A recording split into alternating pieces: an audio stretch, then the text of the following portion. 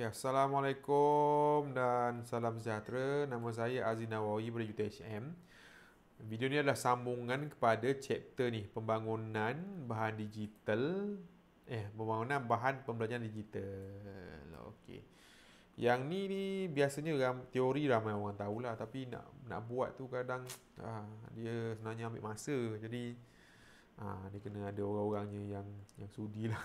Okey. Tapi kalau pandai buat bahan digital dan laju, sangat beruntung.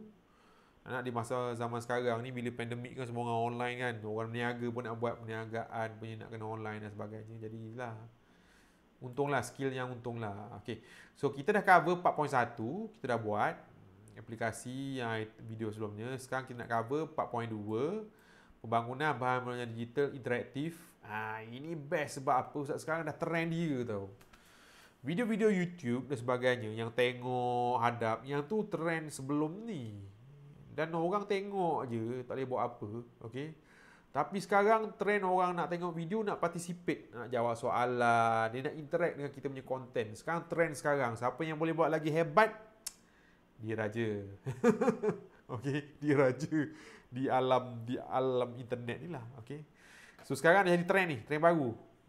Ni, digital interaktif. Company besar-besar semua dah buat. Dan saya tunjuk contoh dia. Best.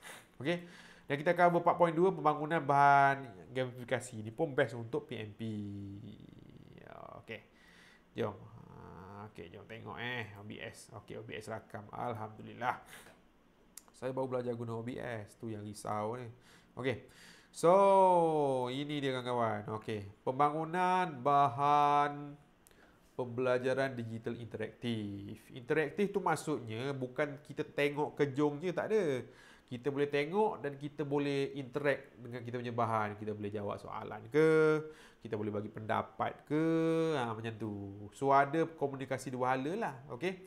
So maksudnya pelajar ataupun pengguna terlibat secara aktif ketika melayari konten. Okay. Dia ada sesuatu yang dia buat lah. Okay. Jadi kita dapat elak pelajar menjadi peserta pasif. So kalau video kadang orang kata video kalau 6 minit tu, kalau YouTube tu kata the best tanya lah, kata orang kata apa, retention, orang kata fokus tu 6 minit. Sama sekarang YouTube. Dan saya percaya zaman sekarang orang kata lagi kurang. Lagi kurang. Sebab apa, kalau kita tengok TikTok pun video dia seminit. Berapa saat ni kalau nak tahu video kita orang tengok tak, berapa saat pertama tu dapat kita akan dapat nampak video kita tu orang tengok ke tak. So tu yang ramai buat sebelum start video tu, ramai tak gadget yang scene-scene menarik sebab dia nak tangkap viewer. Okay. So kadang viewer tengok dalam berapa saat pertama, bosan dia akan tukar. Tu TikTok yang seminit atau hingga 3 minit memang mencabar dunia dia. Tapi kalau Facebook ni, kalau YouTube ni memang 6 minit lah kata retention video. Kalau lebih pada tu memang orang dah tak boleh fokus lah. Nak budak zaman sekarang, budak-budak teknologi, lagi sikit dia punya attention span tu. Lagi bahaya lah sebenarnya. So bila jadi macam tu yang kita terpaksa datang dengan interactive content. Maksudnya sambil dia tengok, dia ada buat sesuatu tau. Dia ada buat sesuatu, jadi dia tak bosan. Sebab kalau perasan, tak payah cakap banyak lah, tak payah jauh. Contohnya kalau saya biasa ajar drawing, SolidWorks. Kalau kita ajar kelas yang biasa, theoretical, 2 jam tu rasa macam, ya Allah, kita memang dah penat. Orang yang mendengar tu, 2 jam. Tak tahulah bayangan. Saya dulu masa belajar pun 2 jam tak boleh dengar. Dengar kita bebel kat depan bagi kuliah 2 jam, dia, ya Allah, sengsara. Sebenarnya 30 minit je. Kalau belajar kuliah 30 minit je attention span dia. Lebih daripada tu dah tak dengar dah. Dia dah tengok telefon, dah borak. Rugi. Okey. Jadi tapi kalau tu kelas, tapi kalau kita buat satu kelas yang guna software, kita ajar dia lukis guna SolidWorks apa, benda tu kadang 4 jam. 4 jam budak tu tak nak balik tau. Betul. Kadang bila budak tu buat drawing, dia buat sesuatu, maknanya aktif punya learning. Kita bagi dia lukis apa-apa kan, benda yang dia rasa seronok. 4 jam tu kena halau tau. Saya terpaksa halau. Dah. Kita paksa halau dia keluar. Sebab dia tak nak balik. Sebab benda tu terlalu best. Macam graphic design. Yang tu tu benda-benda, sekarang kita nak capai benda macam tu lah untuk video kita yang biasa-biasa. Sebab tu sekarang dah ada interactive content, dah ada AR, dia kena scan, ada VR, dia kena jawab soalan. Sekarang tu dah trend dia sekarang. Sebabnya satu je, orang dah tak boleh tengok video lama-lama. 6 minit tu dulu. Sekarang sudah kurang pada 6 minit lah orang kata attention span. Okay. Jadi kita nak elak belajar di peserta pasif dan kita nak wujudkan komunikasi dua hala. Itulah interaktif content. Okay. So kepentingan interaktif content. Kenapa penting kawan-kawan? So first kali macam biasalah meningkatkan tumpuan, fokus ataupun engagement lah kalau bahasa Inggeris. Okay. Kita nak tingkatkan yang tu. Sebabnya kalau tak ada, rugilah masa kita buat material. Penat-penat aja budak tak ambil perhatian pun. Ni. Kita nak dia tengok dan dia ambil sesuatu lah. Dah belajar sesuatu, macam tu. Dia ambil sesuatu dan dia boleh tingkatkan lah pengetahuan dia. So, bila dia grad daripada UTSM esok-esok, dia ada jadi orang a better person lah compared to dia datang kat kita. Okay. Ni, fokus. Ini penting ni. Siapa dapat maintain fokus, dia yang kata king. Contoh kalau movie lah. Kalau biasa tengok movie, kalau Avengers, dia boleh maintain fokus 2 jam. Hebat lah movie yang boleh maintain fokus orang selama 2 jam. Nampak? 2 jam. So yang ni sekarang, battle sekarang untuk e-content developer. Okay? Battle dia fokus. Okay. So lebih digemari pelajar, betul. Bila ada benda-benda interaktif ni, dia buat orang suka. Sebab dia ada buat sesuatu. Macam SolidWorks tu lah. Dia punya kronologi dia macam SolidWorks tadi lah. Okay? AutoCAD ke apa kan. Lepas tu lebih menarik. Kejap saya tunjuk daripada company-company yang buat. Memang menarik. Kita pun tak payahlah. Contohlah kalau kita buka Facebook. Dia kata kereta yang sesuai dengan profil anda. Ataupun apakah pekerjaan anda bila ni, atau bilakah anda jadi jutawan. Kan kuis-kuis yang mengarut tu kan kita jawab kan. Bohong lah korang tak jawab. Punya kelakar-kelakar tu kan. Korang punya pasangan selebriti lah, apa benda. Yang tu adalah interaktif content. Nampak? Kita pun terberdaya dengan benda lah tu. So benda tu memang menarik lah sebenarnya. Okay, menarik. Jadi tak pelik lah bila benda ni dah jadi battle zaman sekarang punya kata trend, jadi battle antara e-content developer. Okay. Siapa dapat buat e-content yang power, interaktif, dia akan kat Google search tu dia jalan dulu. Dia ranking yang atas-atas. Tu yang jadi orang bloomer tu. Okay. So lebih menarik, lebih klik, like dan share. Kau. Yang ni orang kata clickbait. Pandai. Kena pandai. Sekarang copywriting pun penting, tapi yang ni penting. Dia punya gambar starting tu, dia punya thumbnail tu, benda kita taruh supaya orang klik. Tu nak kena pandai main benda tu. Okay. Dan bila konten interaktif, dia akan cambah minat lah. Orang nak tengok lagi pasal benda. Kadang benda belajar, bila kita susun elok jadi interaktif, orang akan nak belajar lagi. Contoh sejarah. Dulu-dulu je sejarah. Kalau pandai cerita, cantik. Okay. Lepas tu bila macam tu, dia meningkatkan kreativiti kita dan juga kita punya viewer. Bagus benda ni. Susah sikit nak buat, tapi bagus. Okay, setakat ni yang saya kenal yang buat kat UTSM Dr. Faiz Asraf. Dia guna Edpuzzle. Edpuzzle tu maksudnya student dia bagi video YouTube dia. Sampai berapa saat, berapa minit, keluar soalan. Budak tu jawab berdasarkan video. Sebab kita nak pastikan dia tengok video. Berapa minit, keluar soalan. Macam tu. Tu Edpuzzle. Okay. Edpuzzle tu yang saya tahu setakat ni lah. Kalau orang lain saya tak pastilah. Okay. Okay. Okey, contoh konten interaktif. Ni contoh ni, kuis undian kan dekat Facebook kan ada kan yang apa personality lah, zodiak apa benda kan. Ni lah bendanya. Kuis undian, pertandingan jabatan bertuah. Ni biasanya kalau kita beli kat Shopee dah beli, kita boleh main dia punya win lose or draw tu yang dapat Shopee coin. Benda gitu, benda kita interact, okey. Kat Facebook kadang tu kalau Maybank to you pun ada, kita buat transfer dapat coins lah benda kan. Lepas tu post berkaitan soalan pelbagai pilihan, gambar lah. Contoh gambar saya tunjuk sekejap lagi. Yang dia kata, ni menarik juga ni sebenarnya ni. Infografik e-book interaktif. Yang ni biasa ada lah. So sambil tengok e-book tu, dia klik, dia akan dapat ke website, dia akan dapat scan jadi. Yang ni AR, VR. Ni pun dah jadi trend sekarang. Tapi slow sikit sebab user nak kena buka setting device macam tadi. Ni tapi ni VR ni. Ni VR ni. Yang ni slow sikit sebabnya user nak kena beli benda lah ni. Paling murah berbelah ringgit lah dekat Shopee.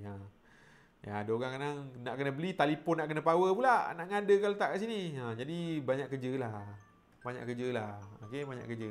Okay, tentu. Okay. So, penilaian diri ni self-assessment. Yang ni sama jugalah macam dekat Facebook tu. Personality, apa benda kan. Self-assessment. Itu pun penting juga. Okay, penting juga self-assessment. Ramai lah suka jawab, kau nak kenal diri sendiri lah. Yang bestnya yang saya suka ni macam 16 personality yang apa, EFNP lah benda tu kan. Yang tu. Tu best juga. Calculator ni kadang biasanya cerita macam IKEA. Bukan IKEA, dia kadang kita nak cerita kalau kita buat awning kita panjang sekian, rumah kita berapa harga dia. Macam tu. Buat perabot kabinet berapa harga dia. Ni menarik juga ni, calculator. Lepas tu video interaktif ni macam yang tadi Hafiz Faiz Asraf guna Edpuzzle. So banyak jenis. Banyaknya memang best lah bendanya. Memang tujuan dia untuk menarik perhatian orang. So sebab tu dia menarik. Kan? Ni contoh. Ni tiba keluar quiz, how well do you know world history? Ni sebenarnya lagi menarik lah daripada kau kena tengok video sejarah, betul tak? World history, kalau ada video YouTube 20 minit, nak tengok? Tak ada nak tengok dia. Tapi bila macam gini, rasa nak klik je rasanya. Nampak? Benda-benda gini kan. Ni, geram je nak klik je kan. Ni, geram. Benda-benda gitulah. Yang sebelah ni pun sama. Terkeluar pula, sorry. Yang sebelah ni pun sama. Ni. Ni biasanya orang geng fashion lah suka ni. Ni. How do you wear colour? Dia tanya soalan pasal diri kita. Kita mesti rasa nak jawab. Gambar pun lawa. Bila benda gini, orang kata klik, dia attract kita punya klik lah. Suka nak tengok. Ni. Audio sofa, what type of your headphone do you prefer? Kita jawab. Yang ni. Yang ni, how much will your solar panel roof cost? Harga solar panel. Kita choose kita punya parameter. Lepas tu, dia pun tunjuklah harga. Ni bawah ni nampak harga-harga ni kan. Itu kalkulator orang kata. Ni lagi lah. Dia soalan menduga.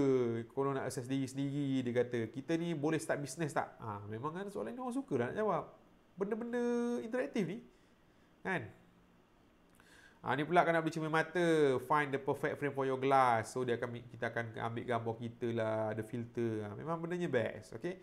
So sekarang kalau company yang boleh buat benda ni yang lagi best, dia lagi selalu orang pergi tempat dia, website dia. So sekarang ni ada perlumbaan lah kat sini. Jadi trend baru.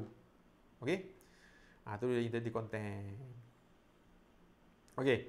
So yang terakhir, pembangunan bahan gamifikasi. Yang ni pun best juga, tapi dah lama jugalah. So gamifikasi ni macam saya ulang balik, gamifikasi maksudnya kita guna pakai taktik dan format permainan dalam elemen PMP kita supaya benda tu menyeronokkan dan kita dapat tangkap fokus kita punya student. Penting ni. Okay. So langkah-langkah kita nak terapkan gamification dalam kita punya kelas. Kita first kali dia ni step-step dia lah. Saya ambil pada paper research. Okay. So kita kena kenali tujuan pembelajaran kita. So apa kita punya outcome, kita punya subjek. Pada situ kita boleh susun lah kita nak gamification kat mana. Kena kenal lah. Okay. Contoh macam saya ajar design untuk produk. Jadi saya punya gamifikasi saya boleh buat lah. Mungkin buat pertandingan. Siapa improve produk paling bagus. So berat paling ringan ke. Kos pembuatan paling murah ke. Tentu dah jadi macam perdaduan. Yang tu. Siapa boleh improve lagi tinggi percentage dia punya index ke. Yang tu. Nampak? So saya punya subjek improve product design. Something like that. Okey, dah ada tujuan, kena tahulah idea utama kita nak buat apa benda, apa yang goal budak tu nak kena capai. Macam tadilah, improve product design, kurangkan kos, kurangkan berat, macam tu, sebagainya. Dah tahu, bina senario lah permainan. Saya tu, okey, kalau nak buat ni, saya nak kena ajar dia orang. First kali, kita nak kena ajar pasal yang konsep. Yang kedua, pemilihan material. Yang ketiga, pemasangan tu apa yang dia boleh jimat, skru ke, banyak skru. Kita nak ajar, skru boleh buang banyak. Nak buang part-part, ada yang part boleh buang, ada part boleh combine. Kita nak kena ajar benda-benda tu. So setiap step tu kita kena, kalau boleh susun lah gamification yang sesuai. Boleh dia menarik.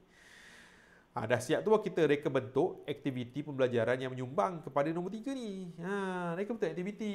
Contoh kalau macam design tu, kita minta lah dia hantar dan kita nilai. Okay, siapa design yang paling lengkap. Siapa design kalau kita, macam SolidWorks, kalau kita lukis, kita boleh timbang tau benda tu.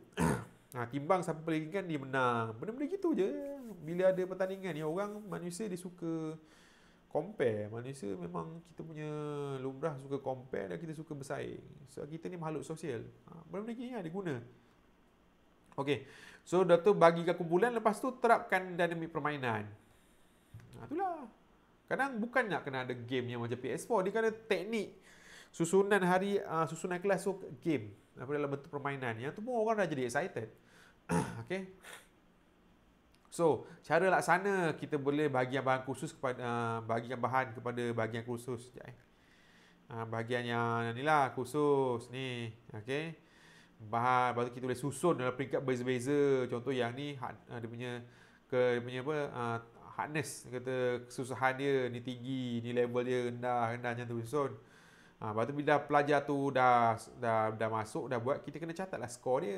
Nak kena buat total value sebagainya ujung-ujung tu kan. Ni. Betul, kalau dia menang kena bagi, atau dia lepas step tu kenalah bagi reward atau badges, sijil. Barulah dia orang seronok. Kadang reward kelakar-kelakar je. Badge kadang bagi macam bagilah apa-apa hadiah, tak kisah, penting simbolik tu orang nak. Bagi alat tulis ke, kau bagi gula-gula, coklat ke, macam tu. Okay. Lepas tu nak nampak benda tu lagi urgent, kita set due date. Ni set tarikh tutup. Memang lagi menana budak tu pergi. Lagi bila ada due date, ada pressure, benda tu jadi macam dia kelang kabut. Dia macam dulu yang cokar cari harta karun yang Amazing Race, something like that. Dia akan jadi konsep macam tu. Semua bekerja nak berlari. Dia jadi macam benda tu jadi macam meriah. Orang kata rush macam tu. Jadi budak tu tak bosan lah. Budak muda suka benda gitu. Okey. Jadi rush kan. Macam tadi bagi pada kumpulan, kena ada grup-grup dia lah. Bila ada grup lagi pergi. So, bila seorang tak boleh lah. Dia macam kalau ada yang sendu sampai ke belakang, sampai ke sudah. Kalau ada yang beriah budaknya. So bila kita combine, dia punya pengaruh antara kawan tu, dia kata peer pressure ataupun peer punya pengaruh kawan-kawan tu, dia akan orang kata menarik jugalah. Sebab kita manusia makhluk sosial, kita akan terpengaruh juga sikit-sikit lah. Macam orang katalah, nak tengok kita, tengok kawan kita, sambil like that. Dia akan main peranan lah, benda gitu. Okey, kita buat konsep quest macam cari harta karun. Kita buat dia punya perjalanan, dia ada adventure dia. Wah, itu lagi best. Kadang adventure tu bukannya kita hantar dia masuk game, main game tak ada. Kita buat pembelajaran kita tu ada macam dia punya perjalanan dia lah, nak sampai ke garisan penamat. Buatlah apa-apa. Nampaklah macam tu.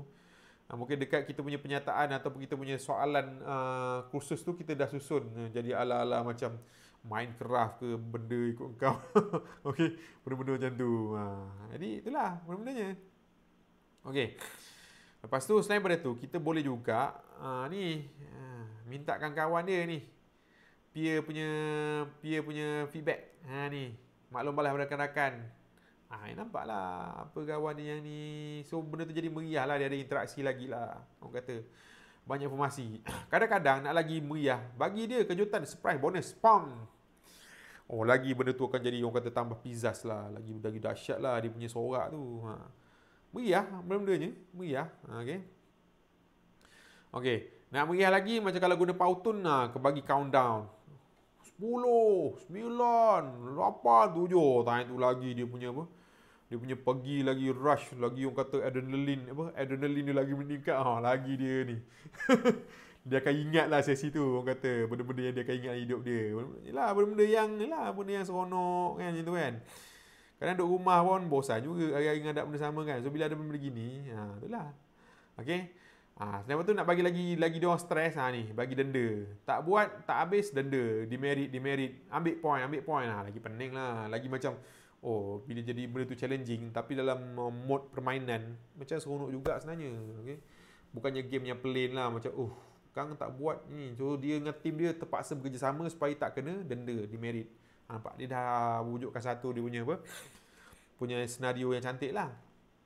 Ni role playing. Kita jadi dia engineer ke, jadi usahawan kilang coklat ke, senario bagi susun. Okey. Lepas tu buat satu karakter, konon karakter yang ada. Kilang dia kilang coklat, dia meniaga coklat, tapi dia ada pula seorang pekerja yang curi duit atau pekerja yang menghalang lah benda lah. Ada juga ahli-ahli dewan undangan ke yang tak suka kilang dia, tak suka dia. So projek-projek tak lepas. Macam tu lah, ngadakan karakter yang boleh mengganggu dia punya kemajuan. Lagi sedap dia punya jalan cerita. Okey. Tu kalau rajin bagilah sikit alat atau prop nak bagi dia orang berlakon. Ni kena fikirlah. Kalau online tak pastilah macam mana. Okey. Kena fikirlah kalau online untuk lakon karakter. Okey. Last kali, sebab manusia suka bersaing-saing, compare-compare, letak leaderboard. Bila ada leaderboard ni, perasaan dia dah ada tau markah sipolan, markah bila dia nampak nombor tu dia punya semangat persaingan tu lagi orang kata berapi-api leaderboard ni. Macam tu. Contoh leaderboard yang paling kelakar kalau macam kita ada kerja fakulti ke apa dekat grup WhatsApp kan.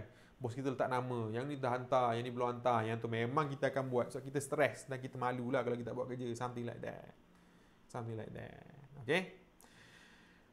So, okay, jom kita refleksi sekejap. Okay, dalam chapter ni kita dah cover first kali aplikasi pembangunan, okay, bahan pembelajaran yang digital, yang tadi yang video editing sebagainya.